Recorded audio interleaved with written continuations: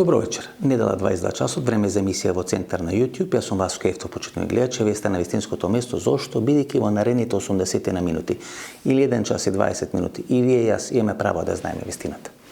Вечерва ќе разговараме за суштински теми, всушност за теми, ова е еден тип на емисија поради која е формирана, поради која е направена емисијата во Центар. Дали се емитува на телевизија, дали се емитува на YouTube, есенцијата на емисијата во Центар е да отвора болни, турбулентни теми во македонското општество. Ќе ги третираме изборите во Америка, Доналд Трамп, победата, рефлексите во Македонија, Бугарија, Грција, француски предлог, преспански договор, рамкови договори, така натаму и така натаму. Меѓутоа, суштината на оваа емисија. Ако Скендербек или Искендер всушност го добива своето име благодарејќи или потпирајќи се на херојството на Александар Македонски и така Боња Јаничар или во турската армија го добива името Скендербек, дали сега влегуваме полека во четвртата фаза на македонизам, каде што Александар Македонски во наводници ќе мора да се албанизира, и тоа е суштината на ово што сакаме да кажеме оваа емисија, 80 на минути, емисија која ќе одгледате во еден здив, ве повикувам да гледате, сигурно нема да зажалите. Добро вечер, Александар Генчов. Добро вечер. Како сте, што правите? Добро, благодарам на поканата. Певте некаде мај месец, веднаш после изборите. Да. Бака ви личи сако, машна, кошула. Тогаш му дојдовте навистина убаво облечен, но како возач на Формула 1. Добро, сега јас обично до сето она што сум прочитал, секогаш сакам малце да дадам една малку духовита, но и подлабока забелешка. Коко Шанел, например, рекла дека облекувањето, ако нема внатрешна убавина и внатрешен стил, е многу слично како козметика, дури и лоша козметика. Кога веќе символот на модата Коко Шанел може да каже колку е побитна внатрешноста, таа ја искреирала модата и убавината, тогаш можеме да го ставиме под знак на релативите. Но ви благодарам, еве, ајде, ако веќе... Тогаш, значи, за внатрешноста на Генчев ќе разговараме, не со навршноста. Ве најавив тогаш како човек на промените, на изборите кои се случија на 8 мај. Дали промените во Македонија завршија со 5 ноември, победата на Доналд Трамп, бидејќи тука победата на Трамп се славеше посилно, со поголема еуфорија од победата на Гордана Силјановска-Давкова? Интересен феномен околу промените, почетоците, прво околу најавувањето на минатата емисија, ме најавивте така. Човек на промените. Ако бидам скромен, ќе треба да кажам дека човек на промените не може да биде човек надвор од естаблишментот, било каков естаблишмент, да се работи за власта. Вие дававте рамката, довршам, да. Значи, да се даде една не може да биде човек ако не е човек од естаблишментот, ако нема директни контакти со партија, тој не може да изврши револуционерна промена. Но ако бидам нескромен, морам да кажам дека моите ставови тивко, на прв поглед тивко и срамежливо, меѓутоа во длабока суштина остава еден одреден печат, без разлика дали тоа се работеше за социјални медиуми, за социјални мрежи, дали се заработеше за некои интервјуа, срамежливи, поретко, не многу често, но направи еден одреден импакт, посебно во делот каде што ја детерминирав дека за етничкиот дисбаланс и за ВМРО ДПМН околу одбирањето на противникот. Без лажна скромност, јас тогаш кажав дека ВМРО ДПМН и тоа уште стои многу од таа емисија што сум ги рекол, може би ќе имаме време да ги немаш време, него тие луѓе треба гледачите да погледнат таа емисија за да може да имат континуитет. Таа е пред 4 месеци, насловот на емисијата е човекот на промените, односно дека беше судир помеѓу ВМРО ДПМН и ДУИ. Тоа е вашата стратегија. Јас со сета почит што ја имам спрема вас, и ако не знаете кога што све може да го снајде човек на ова столче, добро, во ред, јас сум подготвен. Ќе бидете спокоен. Минатата емисија беше тврдо, бурно. Доста бев напаѓан, но добро, секој човек треба да го провери својот личен. За наредни 2 години вие имате доволно доза на напади во оваа емисија. Имунитет, така што јас сум човек што функционирам под притисок, не ми е ново. Така да сето тоа треба тие тези да се објаснат, да се видат, меѓутоа имаат свој контекст. Ајде, се значи да завршиме во еден дел, нели, што вие имавте тука потреба да кажете, да се објасните. Вие не сте човек на промените, вие бевте идеолог на промените. Може ли таа некоја формулација, мека формулација да ја дефинираме така? Идеолог кој што најде да дефинираме и да го завршиме тоа. Ајде, и ќе вратам на крај. Тоа е исто, ми е пријател мене Милто Стентоглу, светски првак сега во скок во далечина 862, спортот ми е голема пасија. Тоа е исто како да поставите светски рекорд во скок во далечина, но на тренинг.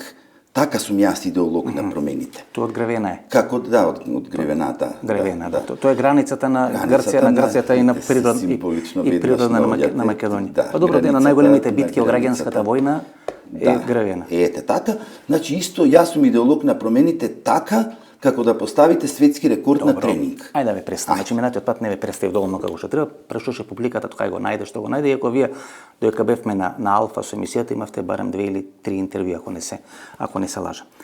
Вие сте човек кој има поминато обука на Харвард. Некаде околу 2 години со мали паузи, нели?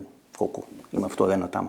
Колку сте бидејќи сега сите дебатираат нели за изборите во Америка, победата на Доналд Трамп и така натаму, значи вие сте биле на Харвард и се поминале обука на Харвард. Да.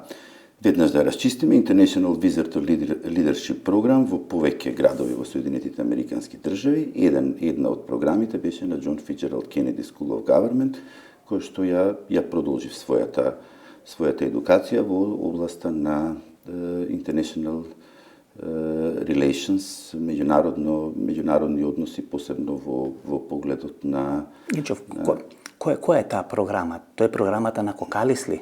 Една од програмите е програмите на Кокалис, која што можам да кажам дека познат бизнисмен кој беше на пред Маринакис, кој беше прв човек на Олимпијакос. Да, го рачунаат за да речам за грчко лоби, меѓутоа таму има многу еден од клучните играчи на грчкиот процут во крајот на минатиот почетокот на овој век, средината на минатиот век. Играчи, случајноста прави дека многу мал број луѓе знаат, гледате, тоа се интересни работи околу Грција, која што јас навистина сум ја проучувал, дека тој Маринакис покрај тоа што е нели собственик на бродоградилиштето Пиреа, имате фудбалски клуб Олимпијакос кој што е Nottingham Forest, плюс Nottingham Forest, плюс кошаркарскиот плюс кум на Дора Бокајани. Тоа мал број луѓе го знаат, вие го знаете, она му е кума, она го крстела. Дора Бокајани. Да. И тоа е една интересна 1967 година, тај 1954 ако не се лажам. Мислам дека така. Она 50 и некоја, мислам дека околу 54. Не знам, 50, иако личи многу помлада, уште се држи. И со нејзе се имам сретнато на фамозната Минхенска конференција, која што благодари Минхенска безбедносна конференција. Да. Тоа беа моите моменти каде што се чувствував. Звездени моменти. Па никогаш јас и тие што ми биле звездени моменти во животот, никогаш не сум ги нарекувал така, затоа што без лажна скромност сум имал амбиции, меѓутоа тогаш на Минхенската... Со бизнис се бавите. Со бизнис се занимавам, со мојата базична професија. Овие ЦХ Алфа производи, нели? Да, иако не само тие, таа една компанија Гелита, Допелхерце втората компанија, Те се добри за коски, за колена? Апсолутно, овие ЦХ Алфа. За колена се добри, така? За колена и Допелхерце компанија која што... Тоа значи дека македонските политичари треба да ја користат вашите производи, нема да имаат проблем со колената и не мора да летат со бизнис класа, така што ако они ги купуваат вашите производи, нема македонските граѓани преку буџетот да финансираат нивно патување во бизнис класа. Тоа е пораката, нели? Така е, да, сакав да кажам околу Минхенската конференција сега од колената. Побрзо одговарате се. Добро сега вете повторно ќе кажам, не знаете со вас што може, кое прашање може да ве застрела, така да морам да бидам концентриран, така да шала на страна од овде многу луѓе станале, не дека јас се плашам. Останување сеите тука, лепак ставивме во ред, значи сакам да кажам дека Минхенската конференција, ако веќе ги нарекуваме звездени моменти, таму имав своја улога, бев како дел од делегацијата, бев во Министерството за одбрана, вработен, беше министер Јован Манасиевски, јас искрено морам и да му се заблагодарам. Значи, ова е мандат на 2002-2006 година, на Така, СДСМ и тогаш... јас таму влегувам и како ВД председател на Атлантскиот совет на Македонија. Во тој момент Лазар Еленовски станува председател станува министер за одбрана. Тука е едно евроатланско друштво кое што сакам да кажам во тој период имав можност Да не избркаме публиката со ваков широки одговори. Вие сте ВД или подписник, тоа го кажавме именатата емисија и точно да прецизираме, на војното разузнавање. Војното разузнавање или ајде да речеме некоја македонска верзија на КОС во поранешна Југославија која е во Министерството за одбрана и тогашна JNA. Значи вие сте на некој начин подписник во еден временски период кога се менуваат, мислам дека од Джаков и така натаму таа една структура. Никогаш не бев официјален и секогаш таа функција ја обавував бидејќи мораше некој да ги подпишува тие документи од секојдневната. Тогаш ги правите контактите со МИ-6 на пример со тие структури или? Не, видете, јас контактите со тие структури сум ги направил и многу порано бидејќи моите ставови секогаш им биле интересни. Никогаш не сум имал достап до некои документи, да речете тајни и така натаму. Меѓународната политика ми била... пак сте имали. Да, меѓутоа друго е... Не, ја водеше министерот, има таму имаше своја служба, имаше која што работеше, морам секој збор внимателно да го бирам, затоа што треба да ја знаеме вистината. Од тој период излегов тотално чист како ретко кој друг, бидејќи сите мои ставови беа јавни и беа доста интересни околу развојот на Македонија и посебно околу македонизмот. И тоа ќе разговараме. Ова завиша филм групација која се спомна во моите емисии. Припадници на таа завиша филм групација се тогаш во војното разузнавање. Вие запознавате дел на тие луѓе, подосна се трансферирани во Агенцијата за разузнавање и на крај во мандат на Ѓорги Иванов тие имат целосна мокта врз безбедноста. Добро, јас работев со НАТО, работев со генералите на НАТО, работев со Европската унија, работев на евроатлантската идеја. Искрено, мал број од нив сум ги запознал, некои не ме ни познаваат, не ме ни знаат. Што си правеле и тоа што... Добро, ги имате запознато. Ги имате запознато.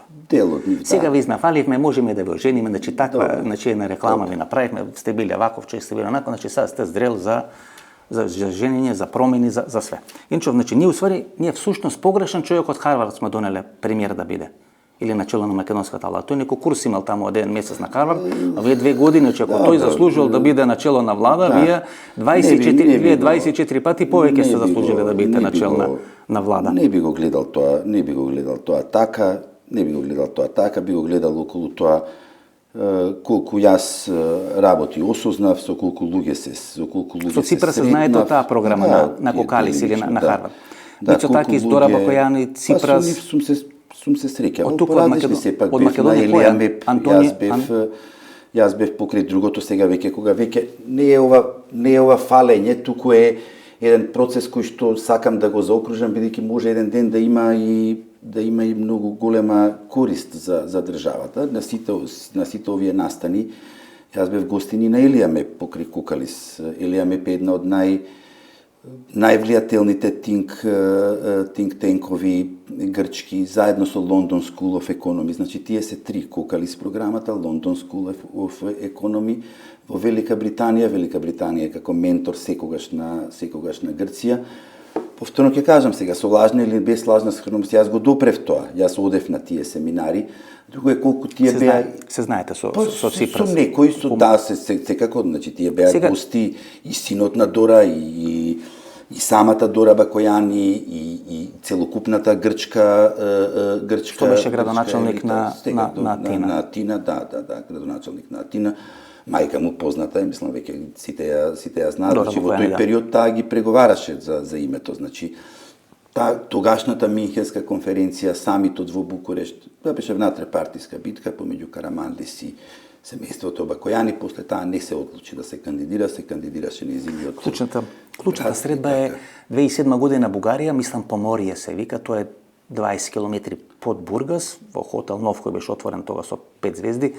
Тука Бранко Цренковски, Караманлис и Дора Бакојани имат, не може да се рече тета средба, пошто се тројца, но имат една тајна средба на која сите детали ги имаат усогласено, ги има договорено. Македонија требаше да стане членка на НАТО алијансата на самитот во Букурешт. Не се договорија со Груевски. Не сакаше. Во еден момент пукна целата.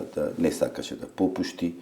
Историјата ќе каже дали било добро, дали. Ви сметате дека шарената револуција е освета на Грција преку Соединетите американски држави на неприфаќање на Груевски на самитот во Букурешт, Македонија да стане. Не сметам само јас дека јасно беше дека на Соединетите американски држави како хегемон апсолутен, како хегемон што ја во позитивна насока на некој начин, иако ние сме премногу мали па нас да ни се осветуваат, меѓутоа дојде како еден елемент бидејќи не се Дора Бохојани всушност ја сервираше преку Америка осветата за Никола Груевски. Добро сте запознат. Кондолиза Рајс беше тогаш. Беше државен позиција, да, таа имаше секретар. Многу сериозни. Прво беше советник за национална безбедност, клучни позиции, државен секретар. Сериозни контакти кои што сериозни кога зборуваме за Грција, за сериозни контакти со американците, зборуваме за сериозни и политички и лични во двете администрации. Помпео, например, има доаѓано дома, Обама има доаѓано дома. Помпео 2020 година септември, при последната посета, значи тоа е само на еден и по месец пред изборите на 5 ноември 2020. Внимателен и точен затоа што Ево приватната куќа на грскиот премиер Мицотакис. Тие се открит. Тие што се на КИС најчесто се открит. Теодоракис, Грилакис, Мицотакис, значи тие се добри островите околу Крит. Тоа е и значи тоа е една да кажам демократската екипа, а Мајкл Помпео. Трамп, Мајкл Помпео како министар за надворешни работи. Така. И тоа се контакти со кога беше проблемот со Турција, кога ги распореди Ердоган. Кога се клучните распореди бродовите, кога италијанските, француските компании имало околу дрилањето на нафтата, значи легендарниот проблем помеѓу Грција и Турција. После 1821 1921 амбасадата американска кој прес-релиз кој соопштение дава од посетата и средбата на Мицотакис и на Помпео.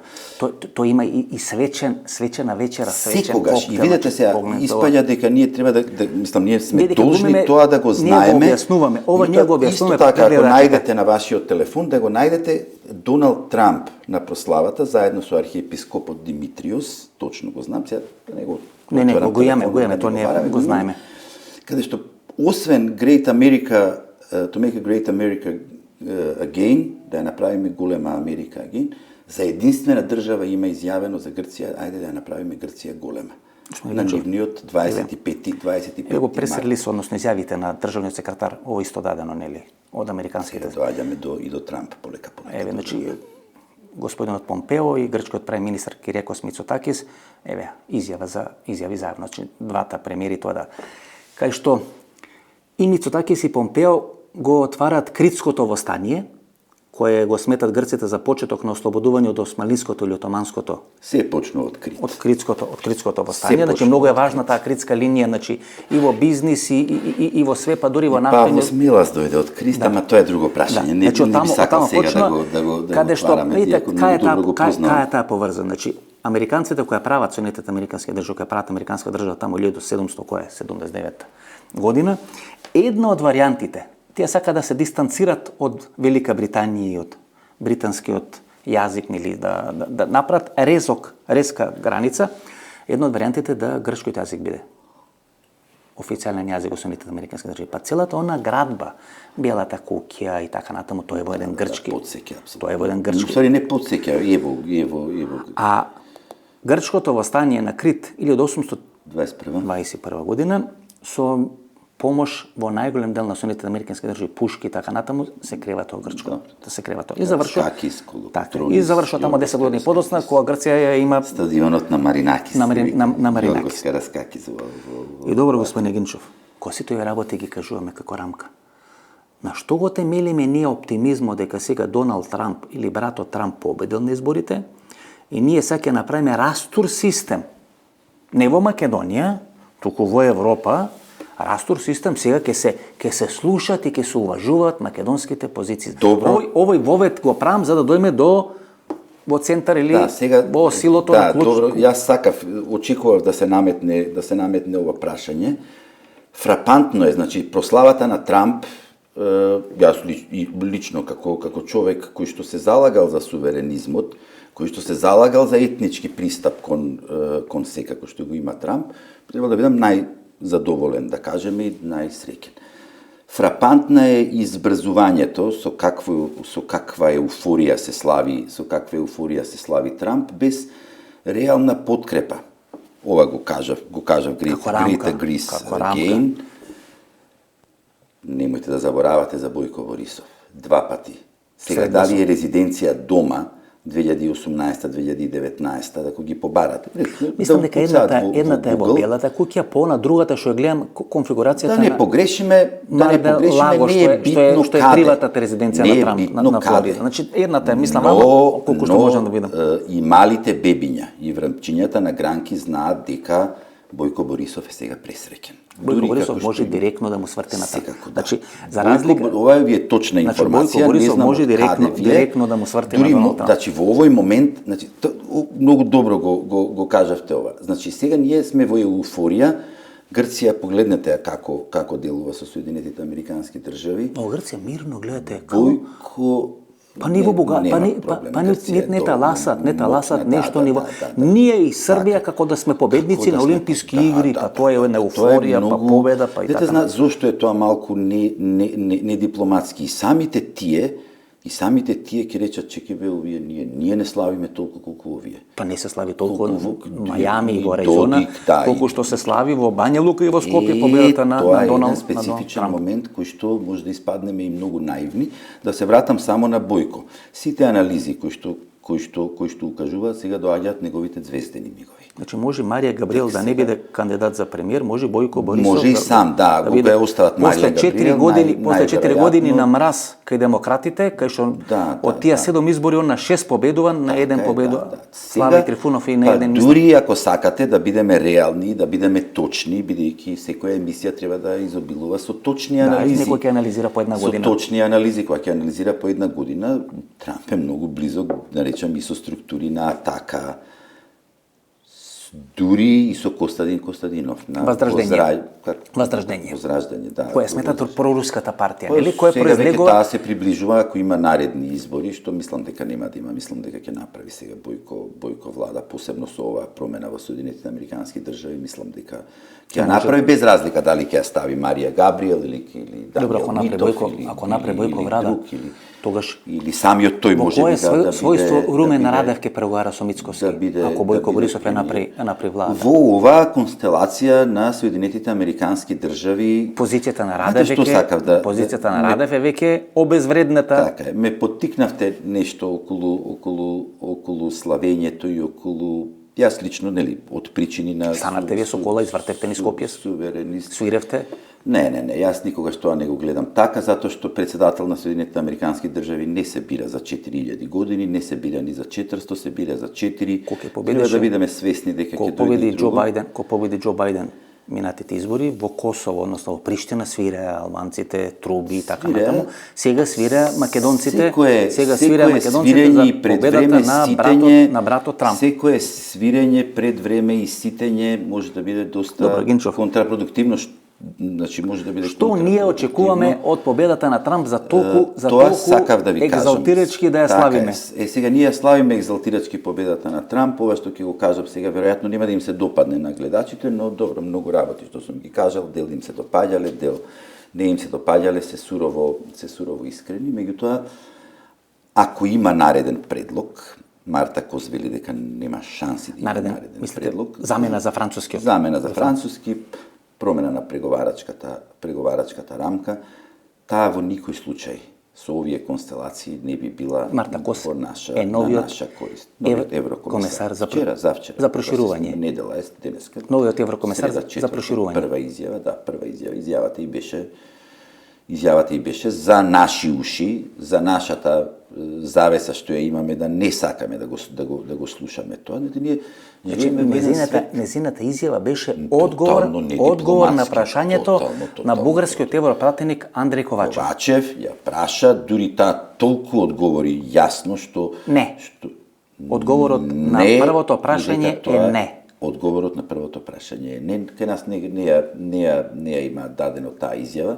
Сега е прашање дали ако нешто нас не ни одговара, дали тоа треба да се каже или да се сокрие. Исто како што за многу работи ние што... Како вика просечниот македонец. 3 пати, 4 пати женска ќе каже не, ама тоа значи да. Се ние така во овој случај, ако и Марта Кос кажува не само овакво, тогаш треба да тие мачо мени во македонски услови, нели? Со Вергина, со све она тие викаат 3 пати ќе каже, не четврто пат ќе мора да прифати. Сите други политичари што викаат дека нема да се прифати, па потоа многу лесно се. Гледате Генчов која еуфорија е во медиумите.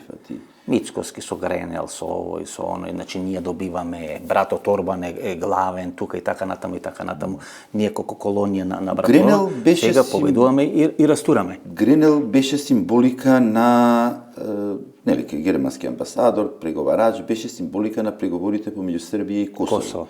Ако ние треба да се наметнеме веќе на моќта на Гренел, каде што превише избрзуваме, дека сигурно ќе биде секретар. Тоа на крајот на мандатот, на Трамп го става да биде преговарачка. Не е сигурно, можеби ќе биде, но можеби и нема да биде.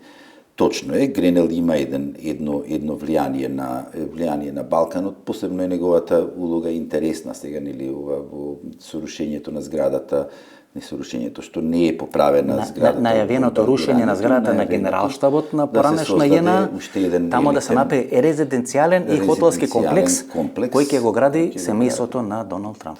Зетот Кушнер. Уште еден влог на Соединетите американски држави во и споменик е направи таму на сите загинати од НАТО бомбардирање. Како што беше Белград на вода и споменик, но еве вие сте еден од ретките што го споменува Кушнер, кој ќе пролистате малку низ штампа и низ анализи. Кушнер па од друга страна е ептен близок со Еди Рама. Ај ќе анализираме. Кушнер е ептен близок со... Ај тука да го расчлениме прво тоа, па после ќе одиме на се она другаше. Македонската јавност го запознава Гренел 2024 година. И сега ја вреднува, ја валоризира неговата позиција, колку е тој влијателен, колку е моќен. Треба да ве фалам, вие за Гренел зборевте пред. Јас зборам за Гренел од 2018-2019 година. Тој е амбасадор на Америка во Сојузна република Германија, го прекинува мандатот, Доналд Трамп го враќа во Вашингтон и го прави национален координатор на сите разузнавачки структури и служби под контрола на американскиот председател. Значи, од 2019 еве 2020, да речеме Ричард Гренел, ние го анализираме во оваа висија. Сега ја преценуваат неговата улога, ја преценуваат неговата моќ, значи имаме две држави. Малку и сам тој не си ја дава својата моќ толку колку што му ја да, значи ова како го забележавте, навистина е многу интересно, значи повеќе ние го славиме отколку што тој самиот. Вите господин Гинчов. Почнати се дали ќе има преговори, кога ќе стави, уште не е дојде. Ричард Гренел. Првите средби во Македонија, бизнис средби, ги има со Димитар Ковачевски. Значи да откриеме една вистина пред македонските. Ова го кажам во емисијата, затоа што се за други луѓе. Во емисијата за мембери и работи се кажам и тебе за сите гледачи. Еди Рама му испраќа SMS порака на Димитар Ковачевски. Не е лошо да се сретни со Ричард Гренел. Тие имале одредени средби во Албанија. Тој е еден остров Сазан, мислам дека се вика, тамо на времето биле советски трупи или руски трупи во време на Варшавскиот пакт, подоцна нели Албанија излегува од Варшавскиот пакт, иако формално правно нели тоа никош и не било. И сега зетот Гренел и зетот на Трамп Кушнер сака да градат и на тој остров исти некакви хотелско-резиденцијални комплекси, како вели Еди Рама, со 6 звездички, не со 5, туку со 6 звездички. И сега иако Сорос центарот за делување го става во Тирана и е одличен пријател со Еди Рама му испраќа порака на Ковачевски, сретни со Гренел. Ковачевски се сретно, нешто разговара. Еди Рама е сериозен играч. Многу. И Ковачевски не прифаќа со Гренел. Мицкоски прифаќа со Гренел. Еди Рама значи игра дупло. И со структура на Трамп, и со структура на Сорос, односно со Демократската партија, кој ги изгуби изборите. Да. Се сложувам, тоа е една линија која што уште еднаш покажува дека не сме ние сами во светогледот на Доналд Трамп. Не е само тој светоглед на Доналд Трамп. Чуден е моментот на фрапантната негова победа што асоцира на еден момент дека ваква страотна победа и неочекувано висока победа не може да помине без една одредена анализа колку демократски, стандардно демократски држави веднаш се преокренаа во овие 4 до 5 месеци од кога го променија Бајден. Џо Бајден. Испаѓа дека сериозни се анализите во Јас ги читам во Соединетите Американски држави, воопшто не е еуфоријата таква. Само Џо Бајден може да го победи Доналд Трамп. Испадна дека ни Хилари Клинтон, ни Камала Харис, значи ако Хилари Клинтон е дел на семејството Клинтон или династијата Клинтон, 4-5 династија во Демократската партија, а Камала Харис е дел на династијата на Барак Обама, кој последните 10 дена супер активно се вклучи во незината кампања. Еве династијата на Џо Бајден да ја дефинираме, всушност единствено можеше да го порази Доналд Трамп, кој е единствен милиардер во Соединетите Американски држави. Не верувам дека династијата на Џо Бајден помогна многу на Камала Харис. Не мислам дека. Единствен милиардер во Америка кој тој дел на длабоката држава можеше да го продаде како човек на народот е Доналд Трамп. И брато Трамп како милиардер е продаден како човек на народот, но тој беше поразен од Џо Бајден и тој беше убедливо поразен. Продаден е, така е. Одеше, чистеше ѓубре, продаваше во Макдоналдс. Како милиардер. Што е многу важно. И што за него застана целата и нафтена индустрија и целиот крупен капитал. Што малце наивно. Да, а од друга страна ја имате левичарски либерализам, како да го наречеме, без разлика што е во Демократската партија, која што Камала Харис се слика со Коко Шанел. Така е. Што е малку не тактички сега ние сега на Камала Харис. Вие почнате емисијата со Коко Шанел. Па да, затоа што видите што беше специфично. Овој цела машинерија зад него, Илон Маск зад него, сите овие нови мислители, Z генерација зад него, Джеф Безос и така натаму, целата нафтено лоби, целото оружје лоби, се што значи дури според мене и традиционални гласачи на Демократската партија, еден систем кој што во 4 месеци сите анкети ги растури. И сега тој оди собира ѓубре, и продава Макдоналдс на бразилка, мислам дека беше жената во автомобил, бразилка. А оваа која што треба да се обрати на другата на работничка класа, на другата генерација, ја промашо кампањата. Ја се облекува во Коко Шанел.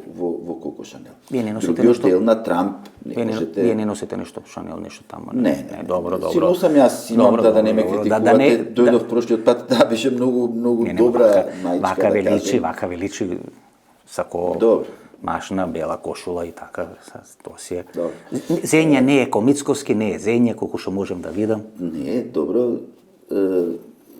Сега ми ја пореметивте малку. Така е во емисија, малце мислата да пореметам да ви извадам од да се вратиме. Значи, освен удобност. Камала Харис што се сликаше со Коко Шанел, многу голем дел на кампањата на Доналд Трамп беше неговиот етнички пристап и политиката на зачувување на границите. Суштината на секоја кампања е 2 или 3 најголеми проблеми вие да ги споите во една точка. Ако економијата, инфлацијата, живејачката е еден од тие 3 проблеми, вторите 2 проблеми се миграцијата и убиството, оружје или неоружје во Соединетите Американски држави. И ако вие успеете да им ја продајте приказната без разлика дали со фейк ньюс или без фейк ньюс на американците, дека мигрантите убиваат во Америка, тогаш вие спојувате 2 проблеми. И мигранти и убиство во Америка. Ја продаде Трамп. Продаде апсолутно. Значи апсолутно ја продаде.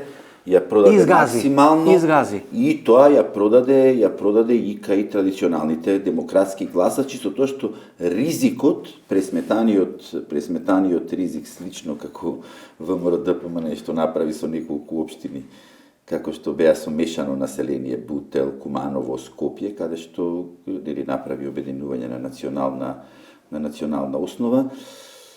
Да, направи таков успех, меѓутоа лично јас не мислам дека сето тоа ќе продолжи баш така. Америка најавува компетитивна економска борба и со Кина и со Европската унија, за тоа ќе треба работна сила. Се отвараат многу прашања колку Трамп Господин Гинчев, Ако сака Америка да се конфронтира со Кина, тогаш не одговара да има слаба Русија. Бидејќи слаба Русија ќе значи залог за Кина. Тогаш Кина со помош на слаба Русија ќе влезе во конфликт со Соединетите американски држави. Бидејќи на Америка ја одговара не претерано силна, но доволно силна Русија да не биде губернија на Кина, тоа значи дека така ќе биде решена и војната во Украина како што е сега. Или Путин, како вели Трамп, или Путин ќе седни и ќе преговара, или ќе даде 10 пати повеќе оружје на Украина. Видите, тој така ги гледа работите, така што во Украина или ќе, значи, тоа ќе биде многу битно за овој последен дел на анализата, кај што ќе имаме ние 5 или 6 држави во кои треба да направиме некаков воз со локомотива за влез во Европската унија, барем 80% од тие држави ќе бидат со проблематичен уставен, државен или територијален интегритет. И Молдова, и Украина, и Босна и Херцеговина, и Косово, Србија поради Косово, за жал, како што отработите и Република Македонија. Тоа на крај моја тема. Тоа е тема за последната фаза на македонизмот. Да. Тоа веќе го работаме господин Агенчев. За последната фаза на македонизмот. Малце дел по дел да ги расчлениме односите на Македонија и Америка, за да можеме да дојдеме до финалето на емисијата. Ние имаме 3 или 4 пилари во македонската надворешна политика и во односите на македонската надворешна политика со Соединетите американски држави. Првиот е времената спогодба 95-та година, кој ВМРО-ДПМ не го плюка во првиот момент. Не само што го прифаќа, не се откажува, го прифаќа и врз база на таа времена спогодба ја тужи Грција на судот во Хаг, кај што добиаме Антонио Милошевски, кој, ако не се лажам, иста програма на Харвард или делумно имаше поминуван со нас. Времената спогодба, септември 95-та година, Каролос Папулјас, Тео Црвенковски, Киро Глигоров од друга страна, Андрас Папандреу, Бил Клинтон е председател на Соединетите американски држави. Ги прима во Белата куќа и Каролос Папулјас, кој подоцна стана грчки председател, и Стево Црвенковски. Значи, демократите во наводници ја спонзорираат времената спогодба 95-та година. Кои се ги изгубени изборите. Да, така е. Тоа е една константа која што демократите ја спонзорираат времената спогодба, ние прво не ја прифаќаме. Во тоа време почнува, Преспанскиот договор, на почеток не го прифаќаме, потоа не, сам да кажам, што направиле демократите и што направиле републиканците, за да видиме ние демократите и францускиот предлог. И демократите да го имаат францускиот предлог, кој што сега ова повторно ќе кажам, можеби нема да им се допаѓа на многу гледачи, но тоа е реалноста. Никој не сака да кажувате работи што не им се допаѓаат, меѓутоа јас сум по тоа познат. Францускиот предлог, ако ги прашате бугарските националисти, тоа за нив е ништо. Тоа за нив е дефинитивна победа наша, дефинитивна победа на македонизмот. На македонизмот. Дефинитивно според нив застанување на демократската администрација на наша зад Македонија. Апсолутно. Кај што сите историски секакви проблеми се сведуваат на малцински малцинско прашање. И ако ги прашате нив, они искрено, ќе го кажам, сигурен сум во ова, значи сум разговарал, они Бога молат да не се прифати сега. Од Македонија. Бога молат, затоа што секој е наредно. Ќе биде подобро за Бугарија. Полошо. Сега па со Трамп, да не прави и со односите што ги има со Бојко Борисов. Значи, сакам да кажам, добро ја направивте паралелата и со времената спогодба, и со Преспанскиот договор. Не, Преспанскиот и Ранковниот. Преспански Ранковски ги прават републиканци и демократите, ја прават времената спогодба, кој подоцна испаѓа дека е всушност клучната алатка со која Македонија, ако не влеговме во конфликт со Грција, ќе станеше земја членка на НАТО и на Европската унија, со поранешната или превремена референција, поранешна Југословенска Сомали букви Република Македонија со големи букви. Тоа е финесата, тоа е суштината на времената спогодба. Така е, суштината е и уште нешто, ако смеам да ви кажам. Вие ги знаете точно и со датуми, ги знам и јас, меѓутоа не толку вас. Суштината е дека сите овие алатки што ги нарекувате вие се дел од нашиот хабитус, а не го прифаќаме. Прво го одбиваме, завесе, се бориме и подоцна на крај како капитулација го доживуваме. И потоа го прифаќаме. Не знам што ќе прави Христијан Мицковски. Овие пораки не се условно кажано создава еуфорија која не знам на што е темели тај. Веројатно ќе треба да го праша некој него, значи кој да го праша, тоа е поклопено, тоа е медиумски поклопено, кој ќе го праша. Да, меѓутоа на крај ќе мора да се соочи или ќе треба да условно кажано да губи од својот рейтинг како тоа го изгласа. Јас сум го поддржал ВМРО-ДПМН, но значи Марта Кос вели нема менување на запирка. Нема менување на запирка. Во францускиот предлог. Нема одложено, нема полуодложено. Значи тоа е сегашна позиција на Европска комисија, на Европската влада. Сакав да кажам околу алатките. Железна завеса, неприфаќање. Па дури на рамковниот договор. Ние сега вели дека доаѓаме полека до темата која што нели ја најавивме, дека сега едно сме, нема поделба етничка во Македонија. И добро, и владата и секој тоа нема поделба етничка. Меѓутоа, ако нема... Не отвараме етнички теми, тоа е неговиот... Да, не отвараме етнички теми. Тоа е неговиот настап на 2 август. Рамковниот договор, што е Васко ако не е етничка тема? Искрено сега не ме прашувам вас, се прашувам и себе, на каква основа е правен рамковниот договор. Тие алатки кои што ги велите вие, кои што се за нас болни, јас не велам дека човек треба да биде среќен да го брани тоа. Ма видите. Меѓутоа тие алатки се етнички. Тоа е конјуктивитусот, или како да наречам... Етнички е францускиот предлог поддржан од Соединетите Американски држави. Слепилото на македонецот и на македонизмот, што ние воопшто не читаме, воопшто не слушаме, воопшто не прифаќаме информации кои нас не ни одговараат или не се на... Во ситуација, бегајќи од ова ќе го кажам, и тоа го пишувам и наскоро ќе биде публикувано, бегајќи од оваа помош на Соединетите Американски држави и на западната алијанса, ние полека влегуваме во тој четврти македонизам, вие што го... Ќе завршиме тоа, ќе ве молам. Дајте што да... Значи, што е 2 пилари имаме во тие македонско-американски односи. Едниот е рамковниот договор и вториот е преспанскиот договор. Ако време на спогови француски предлог се прават кога демократите се на власт во Соединетите Американски држави, рамковниот договор е август месец 2001 година на изборите на 4 ноември, односно 5 ноември 2000 година, со оно спектакуларно прегласување, пребројување, прекројување во Флорида, победува Џорџ Буш.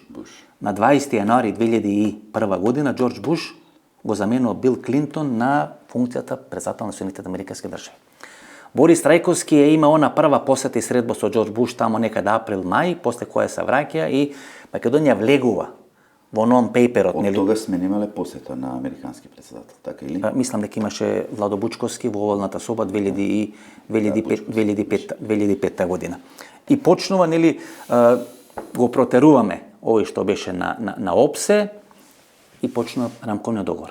Потпишан август, значи, како да речеме, промотор, спонзор на рамковниот договор е Џорџ Буш помладиот, или републиканците, или Соединетите Американски држави.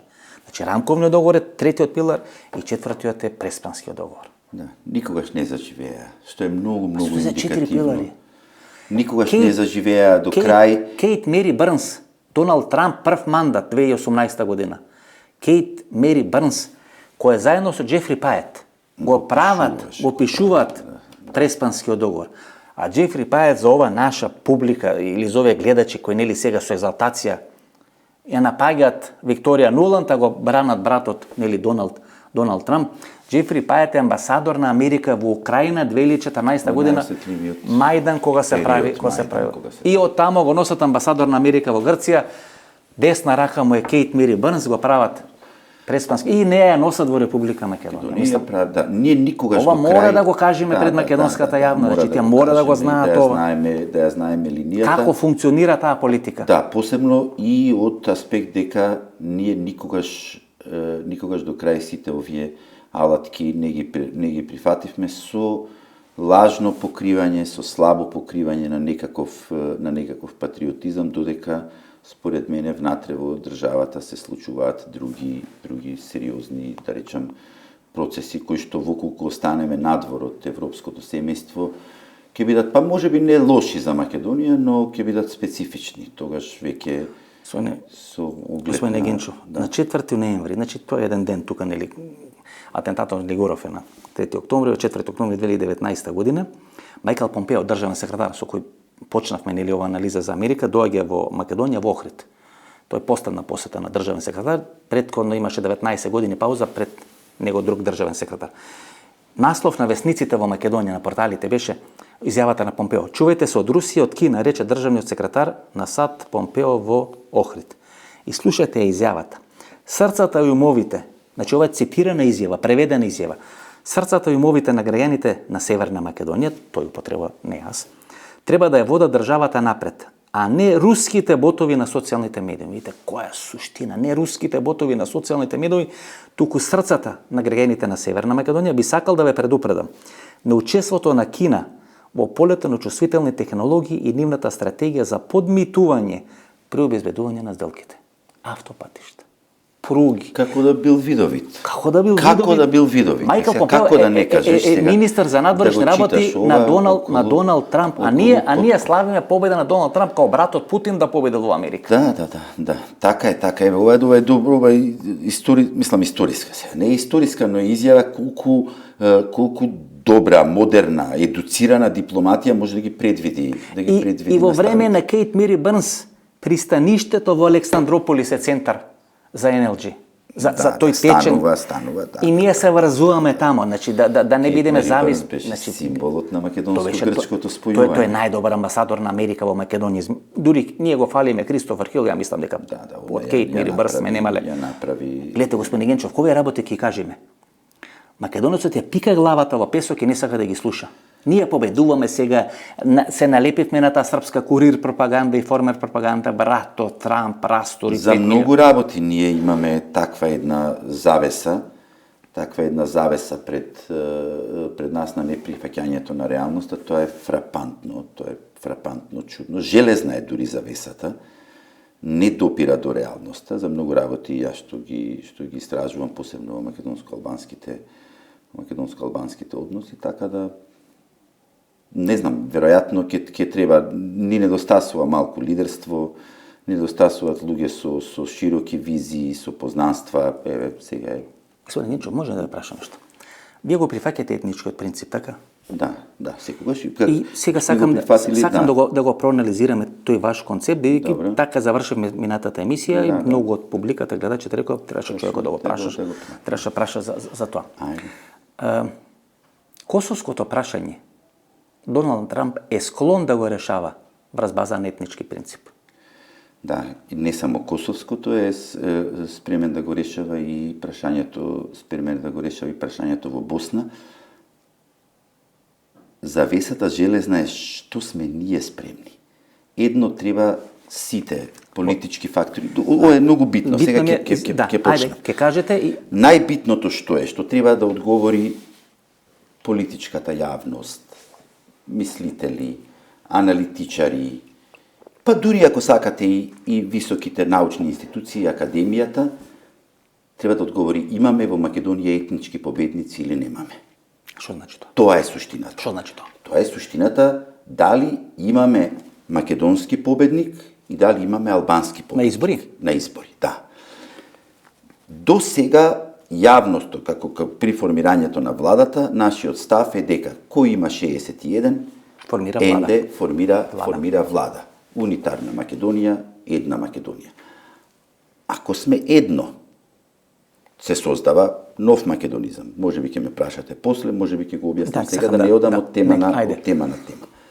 Ако сме едно, и владата вели, едно сме, тогаш нема што да ни смета од тие 20-30 кои што ние криеме дека бројката расте на албанско население, а ние тоа го криеме повторно, како да е, нема, завесата стои, не е точно, се селат, ролетните им биле спуштени. Добре, јас не согласувам со бројките, но во оставам да кажете, ајде слободно. Еве, ако не се согласувате со бројките, одиме од тема на тема, меѓутоа ќе морам да кажам, да го решим. Еве, ќе ја довршам темата. Ако не се согласувате со бројките, одете во закон. Ама добро, докажете тезата, не скокете се. Ова е клучна теза. Значи, велите дека да, велам етнички, дека е ако не е етничкиот принцип, тогаш зошто ни смета 20-30% од населението што вее знаме, не прифаќа химна, ако сме едно. Не можете вие 20-30% од едното да викате, да прават што сакате вие. Тоа е едно прашање. Само малце да довршам. Ако имаме етнички пристап, тогаш како што ние што сме се жалеле, дека не може мнозинскиот победник кај македонците да биде надвор, условно, ВМРО ДПМН имаше надвор од власта. Надвор од власта. После изборите 2016. Сега сакале или не сакале, тоа е пенал за ДУИ. Тогаш и тие сами треба да речат, ако македонците се бунеа за тоа, зошто ние сега да не се буниме за тоа? Значи основата е ако македонците биле фрустрирани, да, што победникот кај така, македонците сега испаѓа дека не ја јас треба формирал да ги бранам ДУИ, добро ви оди ги браните фино. Па не да ги бранам, видете, ги бранам затоа што се водам од психолошката максима. Сега албанците може да речат зошто победникот кај албанците не учи. Ама не само можат да речат. И гледате тезата на Вреди. Може да речат. Ајде. Може да речат, но не само што може да речат.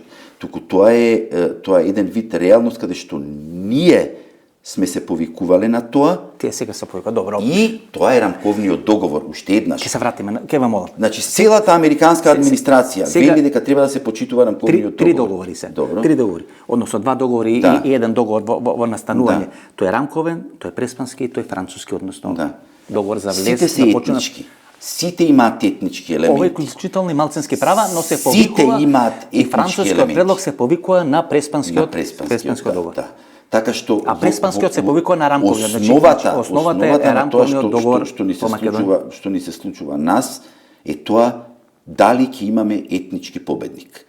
Ако имаме етнички победник, тогаш веќе треба да се валоризира етничкиот победник. Ако немаме етнички победник, тогаш сите емисии, јавност, аналитичари, зошто велат ДУИ е победник? Ако нема етнички победник, каде е ДУИ победник? Разбирам. Тоа е тезата. Значи, ако веќе одиме, ако веќе ние сме се жалеле како македонци, сега се жалат албанци. Сега се жалат, ама ако веќе се победници. Гледате, сега вреди коалицијата на таа теза на ДУИ не вели дека не треба да важи тоа правило победник и победник, бидејќи на тој начин би го негирале етничкиот концепт, велат да, но во коалицијата со ДУИ биле роми, биле турци, биле бошници, така натаму, значи не се во наводници чисто, не се чистокрвни албанци, така што ДУИ не може да каже дека победиле како албанци во албанскиот блок. Кај нас биле срби, кај нас биле тоа сам да кажам дека вреди или Влен тоа го прати. Ајде да се вратиме тогаш на 2001 година рамковниот договор. 2001 година и рамковниот договор, етничкиот концепт би бил ние да се поделиме, како Лупчо Георгиевски што сакаше. Ајде, значи, еднаш да полека доаѓаме прв пат да ги кажам. Тоа е вината грешка. Тоа е вината по вас. Значи, не по мене. Зошто никогаш македонската јавност не експлоатира никогаш изјава што ја кажувал Али Ахмети долго време? Јас лично го проучувам затоа што сметам дека е доста успешен во своето политичко делување. Зошто никогаш ние не ја експлоатиравме? Зошто он секогаш кажува никогаш не прифатив поделба. Никогаш не сакав поделба. И да имаше поделба, сигурно немаше да биде таа поделба кај групчи. Може ли да споменате Љупчо Ѓорѓиевски, морам да го кажам што. Али Ахмети, значи ја кажува малце покатегорично. Љупчо Ѓорѓиевски преку посредници ми нуди поделба на Македонија, која што јас не ја прифаќам. Значи да бидеме прецизни, значи има понуда и Али Ахмети и Дрина Ахмети кога го фаќаат, не знам, таму со петарди, со едно со друго, дечкото на фин, на еден многу културен начин, внукот на Али Ахмети објаснува колку ја имаше таа потреба, зошто ја имаше таа потреба, не е ни битно сега, каде што кажува, овде имаме два концепти. Нашиот концепт за унитарна Македонија, за која што сме се залагале секогаш, за која што јас сметам дека имаат реални причини, додека ние спиеме, не ги гледаме демографските бројки, не ја гледаме реалноста и така натаму. Лично јас, можеби немам право тоа да го наметнувам. Тезата не ја ширите. Па не ја ширам. Лично јас, можеби немам право да ја наметнувам. Меѓутоа, имам одредена мала, кога веќе ме повикуваат на емисии, мала не се историска одговорност, по 20-30 години според мене, повторно Ахмети, ајде ме кажувам, молам се, немојте па да еве Али Ахмети кажува дека поделба на Тие се- Македонија не Добро. доаѓа во предвид. Значи Лјупчо Георгиевски му нуди на Али Ахмети да делат Македонија, Али Ахмети вели Вика, не сакам да. доаѓа во никогаш. Зошто Али Ахмети Али не сака? Ахмети Зашто вика не сака да дека- се дели Македонија? Зашто му одговара Па затоа унитарна? што според него едно тоа се поклопува одлично со меѓународниот фактор, му доаѓа како Сада да кец кажете на дека Али песетка. Ахмети ке сака смета дека со демографската политика Апсолутно, ќе па стани не. газда на цела Апсолутно, Македонија не, и нема ама видете потреба сега, да ја дели тоа ли видите сакате да ви кажете? кажам, Кажете па тоа не само конкретно. јас, па тоа треба да одите во пример, да одите во Куманово на Ма нема пример. проблем, вие што мислите? Па еве јас Вие сте мислам, викнете во интервју. Па еве јас сум викнат и за да видите дека тоа не го вели само Али Ахмети, дека е тоа реалност, треба да отидете во Куманово и да прашате 1951 година колку бил процент на население. Добро. Нека отворат и ќе видат. Одете сега, ќе го видите сега. Гечов, минеме магистратурата по демографија и Е, по па статистика. добро, Значи, ако мене ми вие се- демо- значи, ама дајте сега политички тука. Значи, Политички тоа оди. е Сметам- која е фаза? Значи тоа е фаза на македонизмот. дека се движиме кон ние сегашните македонци со голема жалост, со голема тага, со разочарување, не со среќа како што мислат некои, дека ќе осамнеме како малцинство во Република Македонија. Осамнувањето на македонците како малцинство во Република Македонија е нов феномен, затоа што едно малцинство има два избора. Избор број 1 да бара одредена сегрегација, србите во Босна, србите на северот од Косово, Република Српска, заедница на српски општини, па дури ако сакате и во Југославија, Косово за одделување во споредба со Србија како Ничо. Сигурно. Идното малцинство кој што ќе сносиме одговорност по 20-30 години, според мене, повторно Ама така кажувам. кажувајте го, Ете така. немојте како Пепи во Втировски завет Не на каков Пети Вафтировски, па јас значи, сам еден, конкретно кажувате ми ги работе да може каков заветна, па само јас еден зборам, па еве, не застанувам. Значи ние По ќе бидеме 20-30 како србите во години, Косово, Босна некој и ќе, македонците. тоа е мое мислење, Ама не е проблем, затоа сте ќе викнати. праша што сте правеле. Зар не знаевте дека одат вака трендови? Што сме правиле или што не сме правиле? Или што не сме правеле? Не сме правеле деца, Кое е например. било најдобро Деца не сме правеле, решение? така. Кое е било најдобро решение? Какво беше? Според мене најдоброто решение Да се поделиме е 2001. Европската унија. Тоа ли беше? Според мене најдоброто решение е влегување во Европска унија, каде што сите се малцинства, каде што децата се едно ќе им биде дали ќе одат да студираат во Софија, во Тирана или во Солун. Решението на Македонија според вас беше да се поделиме 2001 Решението на бидејќи ако не се поделевме 2001, сега ние ќе станеме Не во догледно можевме време да се малцинство поделиме во во Република Македонија. 2001, не можевме затоа што албанците беа исклучително против и сега целата ова што се случува во Република Македонија и ДУИ, зашто демек не стануваат и така натаму, ДУИ се плашат. Од кого да се плашат? Па тие Милошевиќ го издржа, од нас не, воопшто не се плашат. Него со влегувањето во условно кажано немири, што никој не ги, апсолутно никој не ги посакува, сакајќи или не, се поставува веќе прашањето на линијата, на се граница. поставува, што е последно што Значи, ДУИ албанците не сакат линија? Апсолутно, Значи, тоа апсолутно. Значи, тие сакат цела Македонија. Па сега они не го нарекуваат цела Македонија, туку го нарекуваат заедничка Македонија, а во случај кога имате демографски раст на едната страна, тие никош нема да ви речат цела Македонија. Ако албанците ја сакат цела Македонија. Добро. Гледате, имаше одредени пробни балони, покојни Синадиновски, околу албанска Васко, само морам да те прекинам, обично ти ги прекинуваш, но морам да те прекинам. Не само ако видите вие албанците ја сакаат цела Македонија. Значи ние мора да се соочиме со една болна реалност. Например, многу луѓе ќе отидете, например, во Германија, во Австрија, претежно во Белгија, и ќе те прашаат од каде си, и од Македонија. Многу често ќе идете на прав, значи зборувате албански. Значи веќе поимот. Ние може да ни е болно тоа, повторно ќе кажам, те молам. Ја немам такво искуство, но еве, Вие немате, јас имам такво искуство. Ќе отидете во Турција, например, вика еве газдата на ресторанот е македонец. Добро. Генчус, сигурно, може ли тезата да може, тезата е дека вака Коболеро ми личи. Не се некако Коболеро, па само на Олимпијадата во Сараево, има само нешто, има, ма нема крещендо. Ајде тезата, може ли тезата? Крещендо е воколку немаме етнички пристап. Еве ти по теза од ова каква да ви ја кажам. Етнички пристап им е потребен на македонците, бидејќи како идно малцинство ние ќе бараме Добро. било какви права. Тоа е едно. Воколку нема такво, воколку сме македонизам, единствен, нема делење, нема ништо, тогаш тоа неделиво добива други карактеристики. Ако јас добро. и Адеми сме исто, И Барди. тогаш и Барди, да, тоа го добро, пишувате. некој не ги И го познам Барди, добро, така е. да.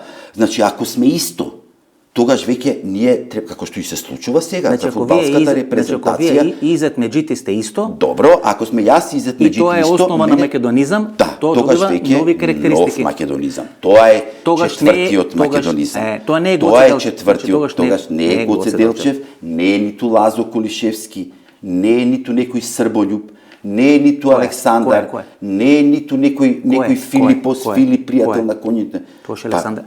Тогаш веќе во градејќи унитаризам едно, во ситуација кога едната нација е демографски силна, а другата нација демографски паѓа, кое што ние тоа не сакаме да го кажеме. Не ќеме да кажеме колку деца има во една паралелка во Ама вие Делчево. тоа го имате во Тиранска платформа. Само Кој е? погледнете ги во Што Тиранска има во платформа, Тиранска кај што вели дека Каква Тиранска платформа? Јас се грижам за македонците, што ќе правиме? врз база на Тиранска платформа е направена владата на Заев и на Дуј. Добро. Малце ке ме послуша. Во Тиранска платформа, во една од клучните точки вели дека ако не бил геноцидот Добро. од 1912 година, ако не бил или од балканските војни, па србите влегуваат тука и така натаму. Ако не бил геноцидот врз албанците, тогаш македонците и албанците би биле барем бројчано изедначени во Република Македонија. Тоа е нивната теза. Значи тие не велат демографија, не демографија, тука врз нив е извршен геноцид. Ако држава која има континуитет со одреден геноцид, гледате Република Српска, па гласањето Сребреница беше направено токму околу прашањето геноцид или не геноцид, тоа е суштински, значи ако држава која баштини некаков континуитет, зборам како Република Македонија, со некаков геноцид кој е направен на албанците, тоа е прво многу сериозно. Премногу сериозна, ама тоа е премногу. ете и реална е, ако одите вие на пример во села во Западна Македонија, вие го кажувате Синадиновски, Бранко Затоа Маноловски. албанците велат ние сме Тоа асимилирани. Да, има многу и си луѓе бараме што и се си бараме православни албанци. Бигорски манастир да биде има центар многу на луѓе. албанска православна црква, тоа го бара.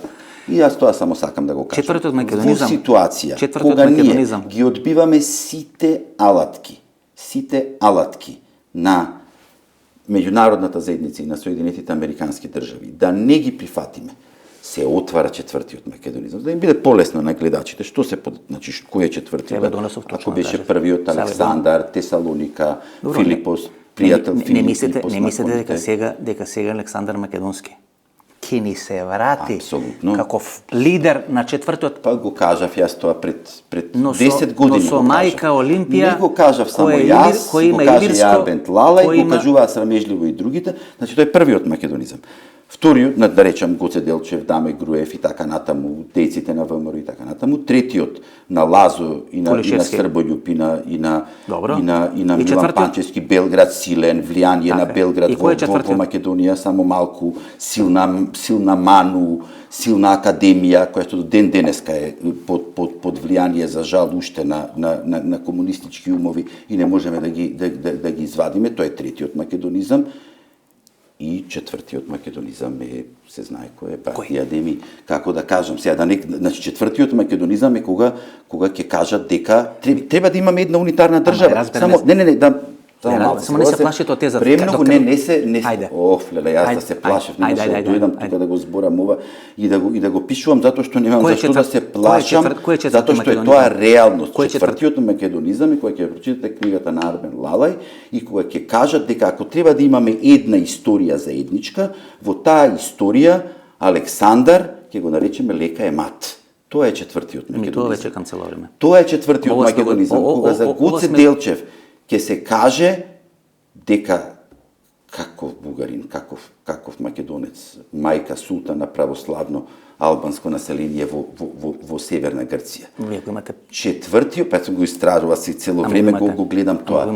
Го имате урнекот, го имате Скендербек. Така да, Скендербек па не кој е само татко Скендербек, на не, албанската нација. Имате за четвртиот Гледате, македонизам и како многу е сегашни земен, како е- македонци кои што гледаат да бидат во со судир. Видосава, па мајка, имате многу- со Света Гора, татко и па така натаму тоа е четвртиот браќа. македонизам и многу сегашни Сега патриоти, Александар го многу зимат. сегашни Сега Александар го патриоти, зимат за четврти македонизам. Многу сегашни Мајка патриоти, Олимпија кој има албанско и илирско потекло. Несвесно многу сегашни патриоти, несвесно свесно или несвесно, може би и свесно, играат на оваа карта на четвртиот македонизам, која што е најголем апликант е ДУИ. Затоа ДУИ не сака да прави проблеми, затоа што во ниту еден момент времето навистина работи за нив. Не е ништо навредливо ако се каже дека во ситуација кога имате една нација што расте, друга, значи растот нивен е евидентен, се гледа во фудбал, се гледа во фудбалски клубови. Вие сте идеолог на четвртиот македонизам. Односно го објаснувате. Јас го објаснувам, да, и сметам дека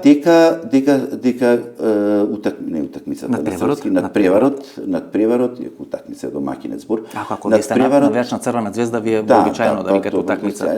Црвена звезда. Да. Ајде го објасниме тоа минатата емисија. Вие Терзич и Александар Вучич. Сега тоа. Остете една народ, една држава, еден клуб. Еден воџа, ајде. Не, сега друго збориме за друго. Значи, ако веќе четвртиот македонизам добие своја реална апликација, ако веќе ви имате држава која што ќе мора да вметне историја во еден момент, ние Република Македонија, унитарна, една население, ајде, пола. Ма не е важно. Ајде, таа сигурно дека ќе треба да има и своја историска инстанца. Таа треба да каже и во историјата, треба да има заедничка историја. Па ние еве сега пак ќе го кажеме, па ние може во таа заедничка историја има ако има заедничка историја со Бугарија, тоа ќе треба да има заедничка историја со албанците кои живеат во Македонија, мислам да треба. Ние веќе имаме, веќе го градиме тоа. Не сме свесни додека плюкаме по Бугарија и по Грција. Дека ви се случи четврти македонизам. Па не, тој е. Ама Гимчо, видите се. Кога вие Добро, мислам дека доволно го објаснив, ви благодарам. Можев да поминам многу полошо со прашања, меѓутоа ми дозволивте да го кажам. Мислам дека не заради мене, јас тоа го знам, туку да остане еден трак. Да. Кога вие неколку децении инвестирате во тоа, дека, пазите, илирското движење е основа за формирање на прва Југославија. Краљевина Срба, Хрвата и Словенаc. И тоа илирско движење почна Лудовит Гај и така натаму, уште некаде средината на 19 век, кога се прават и современа Италија, и современа Германија и така натаму. Југославија задоцнува и е направен 1918 година. Албанците, значи албанската интелектуална елита, со децении инсистира дека илирите се прататковци или дедовци на албанците. И секој кој кажеше дека ние нешто илирско имаме или дека некој друг имал, тој беше стигматизиран, беше напаѓан, беше офиран во јавната страна. Па се кога тие успеа да се изборат дека има знак нееднаквост помеѓу албанци и илири, а мајката на Александар Македонски има илирско Па се да реално гледано кој има илири? Илирско потекло. Ние да немаме некој илири да се вика. Ние немаме, ама ти имаат. Па те ута, па и така натаму. Па сега реално сега колку ние да сакаме да криеме, не го кажуваме едно друго. Илир македонец нема во мојот клас. Тоа е направено. Тогаш Александар Македонски барем пола бил со албанско потекло. Јас не би можел да премногу храбро тоа веќе јас не, говораме за тезата. Границите, ако татко му бил Зевс, како што митологијата кажува, тоа значи дека целосно бил само по мајка. Само сакам да кажам дека Европската унија води грижа да се избегнат сите овие изми, бугаризми, србизми, но ние не сме свесни дека борејки се, плюкајки, удирајки, мавајки со сите сили против Бугарија, против Грција, делимично да речем, Србија, ние растеме во еден нов македонизам. И што, видите, можеби тоа не е лошо, ја не велам дека е тоа... Секунда, можеби, ја не велам дека е тоа лошо, ќе ми избега мислата. Не велам дека е тоа лошо, но треба да се знае, треба да им се соопшти на граѓаните, дека овие што се прават, алатки што ги викаме ние, тоа не успеа СДСМ, не успеа да го објасни. Значи ние имаме три фази. Првата фаза е Александар Македонски, ние околу Александар Македонски се караме со Грција. Да. И тоа се резултира со Преспански договор. Така е. Кај што татко ми кој е роден во Егејска Македонија, историска личност Александар Македонски треба да го преговара. Може да е толку македонската историја согласно Преспански. Ние викаме не, ќе јадеме корења, нема да го прифатиме. Еве и добро, не ме сваќа, значи може и да не го прифатиме. Но да не го прифатиме. Добро. Да кажеме на Кейт Мери Бърнс, сестро, назад во Украина, во Атина, врати се, не го прифатиме. Втората фаза ни е Гоце Делчев, Даме Гуриев, Слични Јана Сандански и историски така натаму. личности, Кај што ние се караме со бугарите. Три прашање се Самуил или Неско Преображенско востание, нели? Кои се И наоѓаме начин, треба да го заштитиме нашиот идентитет. Гоце Делчев, кој има мноштво на бугарски некој или бара да биде погребан во главниот град на независна Македонија. Значи, и ние влагаме конфликт со бугарите и не можеме да се договориме. Француски и никој друг. Имаме оној модел со кој први расчистивме, тоа е 91 година референдумот на 8 септември, кај што ние освен излегувањето од Југославија, расчистуваме со српската хегемонија, која од балканските војни наваму.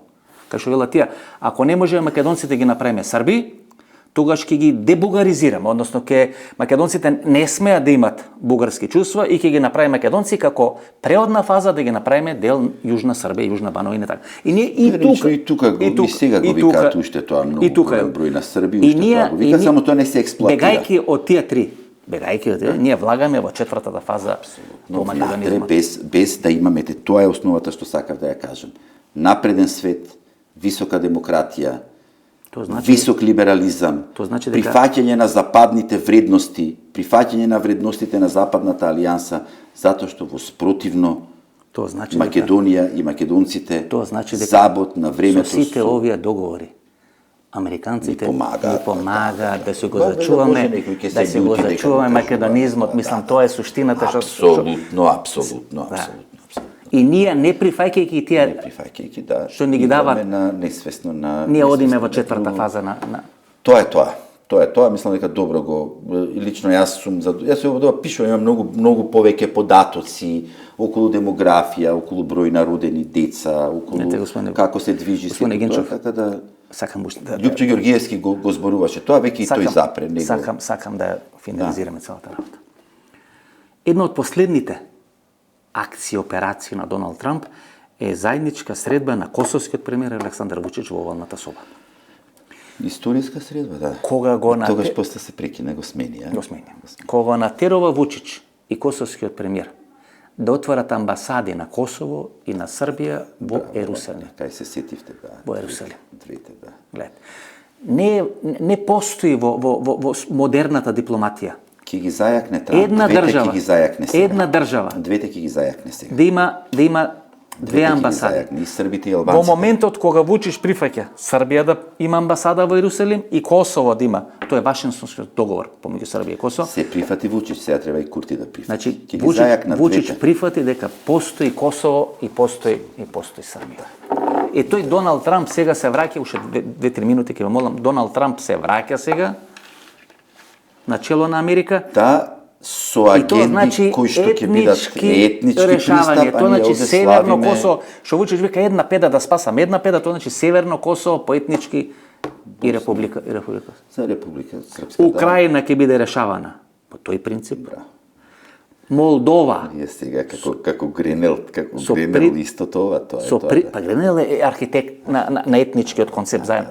Молдова, на Босна и Херцеговина, ако Македонија влезиме, а ние од белгиско претседателство, имаме експерти тука кои работат на унитарно редефинирање на Македонија, Босна и Херцеговина, Црна Гора со црквата има некаква, како да речеме, Света Гора, ама во проширена варијанта, екстериторијално со црквата на територија на Црна и тие се некои. Па Албанија има процес на формирање на бектешка држава, значи овие сите држави кои ќе влезат во Европска унија ќе имат сите тие исти процеси. Апсолутно се служувам, тоа е, мислам дека тој процес сега ќе се забрза. Каква ќе имаме дипломатија, колку се радуваме. Свесни, ама зашто се радуваме? Ние мене тоа не ми е јасно. Зашто ние се радуваме мене тоа? Господин Гинчов. Благодарам, да. Уште две праши. Да кажам дека сте погодиле, односно заедно сме погодиле. Ке се скарат Мицковски и Гордана Силјановска и Мицковски ја држи отворена вратата кон Али Ахмети за формирање на заедничка влада на ДУИ на ВМРО-ДПМН. Затоа Мицковски се истрча, побара во предвремени избори во пакет со локални избори, бидејќи Али Ахмети сака да има предвремени избори за да може да влезе во власт. Повторно уште еднаш ќе ја кажам тезата. Да можеме да завршиме. Да можеме да завршиме. ВМРО-ДПМН ја оствари тезата за нарушување на етничкиот баланс во своето владење. Влегува во еден триумфализам кој што не е добар, не треба да му се прави никому тоа што не сакаш да ви се прави, не сакаш да ви се прави вас. Тоа е мојата теза, може би е изненадувачка за некој. Сега јас не треба да ги бранам дуи со своите ставови, што не ми е воопшто цел, гледајќи на што све сум го посветил животот. Но основата на тоа што го кажувате вие околу владата е колку во ова ќе издржи Мицковски. Во колку и после некои наредни избори повторно рече 61, кој беше Мигла. Значи издржал. Значи, не, имаме грейс период. Во колку издржи и на наредни избори, Добро. кога и да се случат, да рече уште еднаш, какви 61 имам, едно сме сите, нема поделба, нема ништо, тогаш веќе мислам дека тогаш веќе дуи ќе стапи на сцена. Мислам, Со протести. Со што не знам, но сега мислам, повторно ќе кажам, многу сум внимателен, иако знам, но добре, не знам, дека се уште го чекаат грейс периодот, дали ќе биде до локални избори, кога ќе се промени тоа, затоа што ни сега на избори. Ни Груевски им гарантира. Джандар збира, сега со ова, ако веќе има етнички победник. Албанија и Македонија одвоени. Ако веќе има етнички победник. Груевски му гарантира на Дуи, чекај, ќе влезиш како компензација за бегството во Унгарија. Тоа е веќе бием знаете. Ние ќе тестираме сега дали Груевски има влијание врз Мицковски. Значи тоа ми е клучно. Дали ќе, тоа е основата што ја Ве разочара ли Гордана Сенасвадав кога вие инвестиравте во неа? Па не. Искрено. Можеше да биде Доналд Трамп. Гледате, ние се радуваме, односно не би сакал сега да има нека нова емисија. Коментирам, ќе има нова емисија, сметам дека е премногу рано на политичка функција, премногу е паметна жената, значи е врвен ум. Нека остане така, вие типувавте на конфликт, брз конфликт помеѓу Насилјановска и Мицковски и се случи. Мислев дека се уште не е случен, така да не би сега, искрено не би сакал, не дека се плашам, ајде да не тезата, главната теза. Високо мислење, главната теза мислам дека ја и ова сте имале заедно со Силјановска, така да тоа. Генчов, од 2018 година, 2019 година, во наводници сте моја измислица во медиумите да дојме сега во оваа емисија да ја кажете клучните тези. Клучните тези на главните проблеми на македонизмот во 2024 година, иако ние не сме свесни на ова што се случува сега, држава која не е свесна на реалност, е осудена на пропаст, фала многу.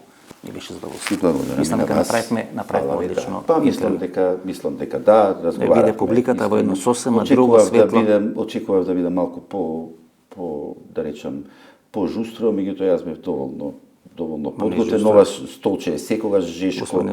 Но јас делувам вака, да речам, скромен и сето тоа. Ова е најжустро интервју. Ова е најжустро интервју што сме го направили, бидејќи ние отворивме не суштински, ние отворивме имунитетски проблеми на мојата сила, кога јас не сум оптеретен со функција, јас никаква функција не барам, ништо не барам, нити на Мицковски му барам, нити на еден, нити на друг. Што е искрено, реално гледано, една многу... Тешки денови на македонизмот, да сме живи и здрави. Се надевам дека ќе имаме лидерство, дека ќе успеат сега и овие што се и СДСМ, дека ќе изнајдат лидерство. И уште ова се сакам или не, ова остана интересно. Ве следам и викате кој е лидер на опозицијата. Ова се затвара темата, ќе беше незатворена во колку не ја кажав.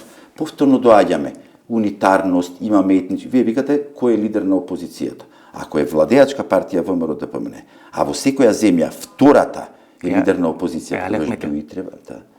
Така, ако веќе сакам да кажам тогаш го поканиме Али Ахмети како лидер на опозицијата. Поканете го, ваш проблем. И ќе бараме да зборим македонски лидер на опозицијата. Ако веќе е втора партија, така, и ако веќе тој треба да дојде... Беше по број на пратеници, по број на гласови... Тука некаде, ама кога веќе вие викате дека може и Апасиев да биде лидер на опозиција. Добро. Тогаш, значи, повторно доаѓаме до истото. Јас немам никаква лоша намера. Тезата е... Тоа е мојата теза. Али Ахмети е лидер на цела опозиција во Македонија или е лидер на албанската опозиција? Господине Генчов, ние се движиме кон унитарна редефиниција на Македонија. Но премногу е рано тоа на јавноста да го соопштам. Фала многу, се најдобро. Ви благодарам. Ова беше емисијата во Центар, јас сум Васко Ефтов. Мислам дека ви се допадна интервјуто. отворивме суштински теми кои ќе се разговарат во Македонија во наредните 3, 4 или 5 години. Македонија влегува во процес на можно уставно, на можно државно редефинирање.